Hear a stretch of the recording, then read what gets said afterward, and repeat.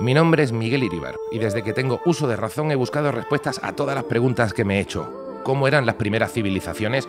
¿Qué cambio tecnológico ha sido el más importante de la historia? ¿Qué voy a cenar esta noche? No siempre ha sido fácil, no siempre ha sido rápido, pero siempre he encontrado el camino que me ha llevado hacia las respuestas. Respuestas que he encontrado recorriendo el país de este a oeste, de norte a sur. Así que ahora me planteo encontrar la respuesta a la pregunta definitiva. ¿Por qué España es como es? ¿Por qué está organizada del modo en que lo está? ¿Quién dibujó nuestro mapa?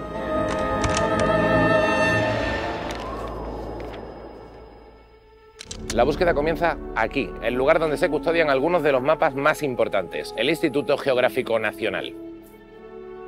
Los primeros en organizar y ordenar la península ibérica bajo territorios administrativos fueron los romanos. Esta división se produjo bajo el gobierno de la República en el año 197 a.C. La siguiente fue durante el gobierno del emperador Augusto en el año 27 a.C. y la última bajo el mando del emperador Diocleciano en el 298 después de Cristo.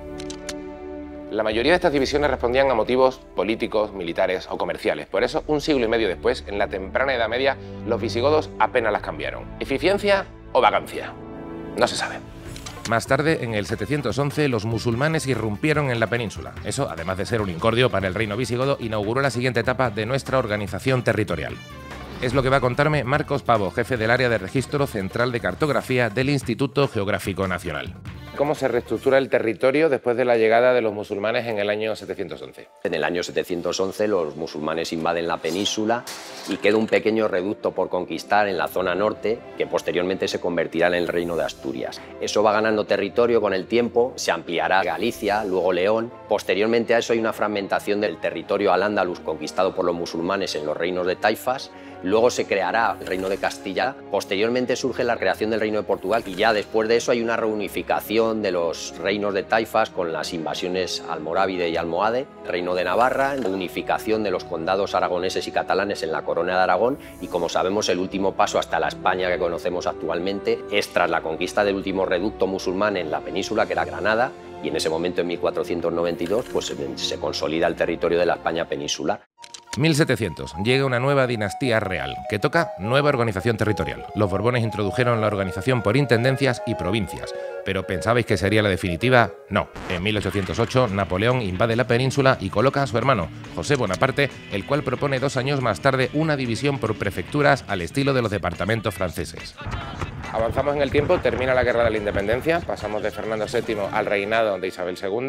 ¿Cómo llegamos al modelo actual de división administrativa por provincias? Pues en aquella época, precisamente, C.A. Bermúdez, dentro del espíritu general que había en Europa, pretende crear o fomentar un Estado moderno. Eso precisamente se lo encarga al entonces secretario de Estado de Fomento, que fue Javier de Burgos, el encargado de realizar materialmente esa división. Javier de Burgos, periodista, dramaturgo, escritor, era un amante de las letras, por lo que sabía perfectamente lo que era el pluriempleo, así que aceptó el encargo del presidente. Además, era un veterano político e historiador que había pasado por el Congreso de los Diputados y por el Senado. Y es precisamente ahí por donde deben pasar todas las decisiones territoriales. La propuesta divisoria de Javier de Burgos se convertiría en una de las más duraderas de nuestra historia.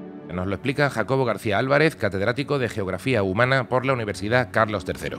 ¿Cuál fue el mayor acierto de la propuesta divisoria de Javier de Burgos? El principal objetivo de la división era el dotar a la administración del Estado de una organización territorial mucho más racional, equilibrada y eficaz que la que existía previamente. La división en 34 intendencias y provincias tenía numerosas disfunciones que complicaban la administración de esos territorios. Es decir, que hay toda una serie de características que hacen que la división provincial finalmente aprobada logre por primera vez una administración, un modelo de organización territorial uniforme para todo el territorio y también mucho más racional y mucho más modernos en los términos en que podemos entender hoy día la modernidad. ¿Hasta qué punto esta división ha sufrido alteraciones con el paso del tiempo? Teniendo en cuenta que han pasado prácticamente 200 años, es una división que se ha mantenido bastante estable, con escasos cambios sustanciales. Y eso habla también bastante bien de la manera en que fue hecha, combinando diferentes criterios, la población, la extensión,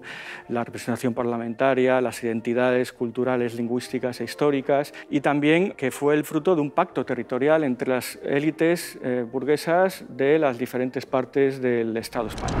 Romanos, visigodos, musulmanes, reyes, emperadores, demócratas, dictadores, todos ellos han contribuido a crear el dibujo de nuestro mapa, definiendo así nuestra sociedad y nuestra cultura. Porque al fin y al cabo, invadir, delimitar un territorio ha sido siempre algo innato en el ser humano.